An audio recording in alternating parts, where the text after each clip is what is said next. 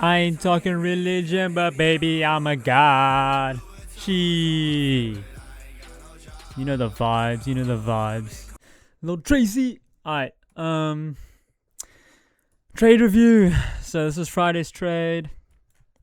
Died as hell. Okay, so we had a New York PM trade that we did from last week Friday to end the week off. So this is the New York PM setup. You know what it is already if you've been watching SMT of a liquidity level. And then we did a M15 breaker structure. We hadn't rebalanced the H1 equilibrium here, and M15 confirmation candle, and then 121R. So normally I don't do M15s on the New York PM because the range isn't big enough for an M15 break to occur before we reach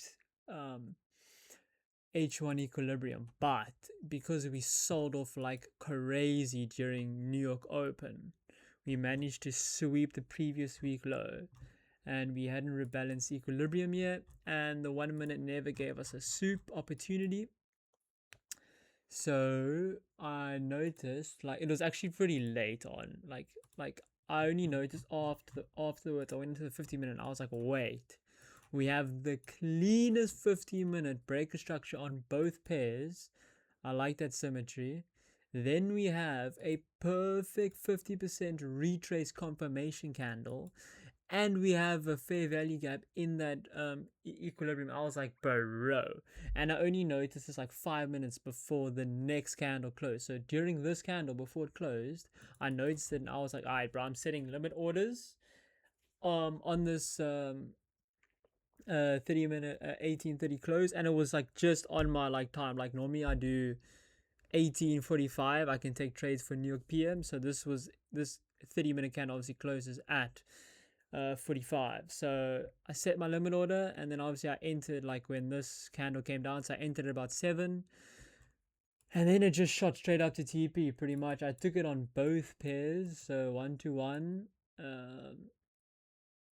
on NQ, and I took the 1 to 1 on ES as well. And ES did tap the 50%, but obviously I'm not holding till there. I'm just playing these 1 to 1s. And yeah, essentially that was the setup. It's as easy as you get. Previous week low SMT, 50-minute breaker structure closing above these highs. We then pushed up, created a high, and we retested the 50% of this high to this low, and we retested the fair value gap with a nice bullish push up. Enter on the close of that candle, target a 1 to 1 because we haven't reached H1 equilibrium yet. And yeah, that's pretty much it. So that was the trade recap for Friday. Really simple. I did risk quite a lot on this trade. You can see my trade Zella. I risked like 500 on both because I was like pretty confident on this trade, and I was like the fact that obviously it's a 1 to 1. Like maybe I was a bit crazy because I had already won 4 trades in a row, but the reason why was because obviously it's December, and the end of December trading is dog shit. So with my funded Tix account, uh, I can't make more than 1,000 per trade because then I break the 40% consistency rule. So if I risk 1,000 to make 1,000, then I don't break the consistency rule. So that's essentially the reason, and I was pretty confident. I was super confident in this trade as well. It was super clean. So yeah, I'm depending on the next trade, I'll probably risk another 1,000, and then I would pass the account. But I'm not gonna try and risk 1,000 just to pass the account. Like if the trade's shit, I'm not gonna take it. I'm not gonna just take a trade to pass the account. And obviously this week there's only 2 trading days because obviously today's a Monday and I don't trade Mondays.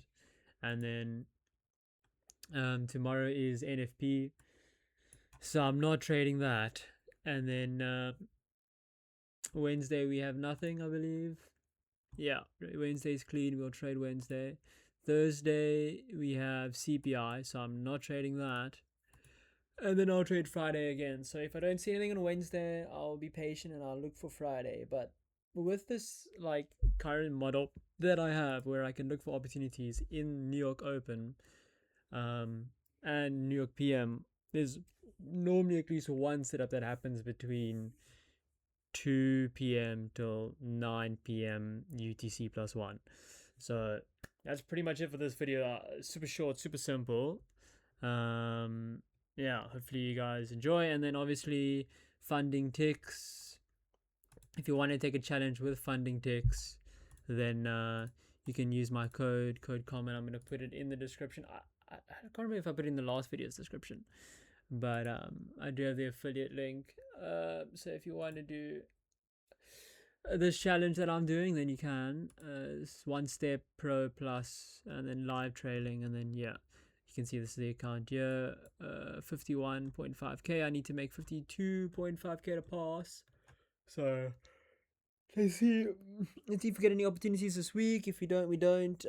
Yeah, and obviously, like I said in the last video, I am gonna do with the 1-to-1 R's on 1 minute breaker or 1 minute soups. I do want to do the 50% retrace after the breaker structure on the soup to give me a better R. So I'll see for that, because then obviously I can't risk 1,000, because then if it's like a 2R, I'll make 2,000. So I've got to risk 500 to make 1,000, otherwise I'll break the consistency rule. So yeah, that's pretty much it. Hope you guys enjoy.